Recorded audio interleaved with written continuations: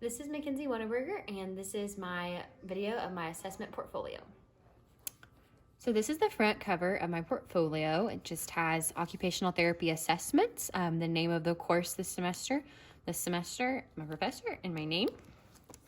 The back cover has my OTPF information that my mentor gave me with our occupations, our client factors, our performance skills, performance patterns, and our context and environments.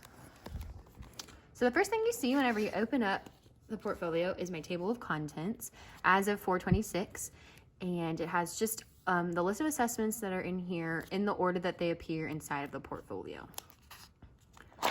So the way I organized it is that I have these tabs, as you can see down the side, and then I have two on the top, and these represent each different assessment. The back two are more categorized by coordination and then by the vision, cognition, and the safer home evaluation.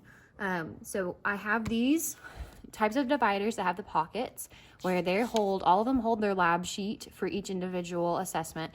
And then depending on the type of assessment, it has either that inside of the pocket or it's behind it with hole punches. If it wasn't able to be hole punched, or if the hole punch was going to take out any information I thought was important, I just stuck it in the folder instead of hole punching it. This is COPM stuff. I have my completed assessment here. Typically they're within the assessment themselves, the completed versions.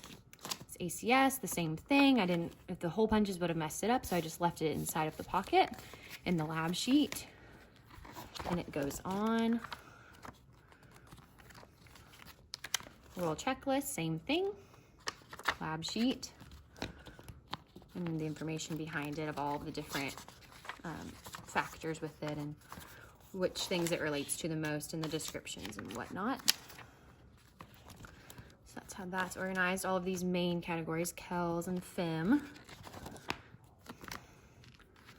So then we move into the coordination section, and here I have all of the lab sheets for all of the different coordination assessments that we did. So the 9-hole peg test, box and blocks, groove pegboard, Jepson hand Taylor, and the Bennett hand tools. Dynamometer is the only lab sheet that is within the dynamometer section.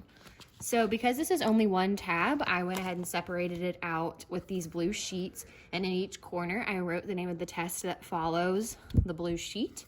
So then this one is the 9-hole peg test, and it has the copy of the assessment and then all the information that it kind of coordinates with it, the manual and the other examples of how to give the assessment.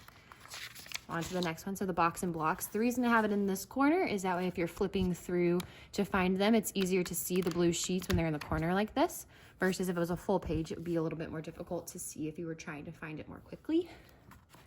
We can flip through. There's the groove pegboard. That's the next one.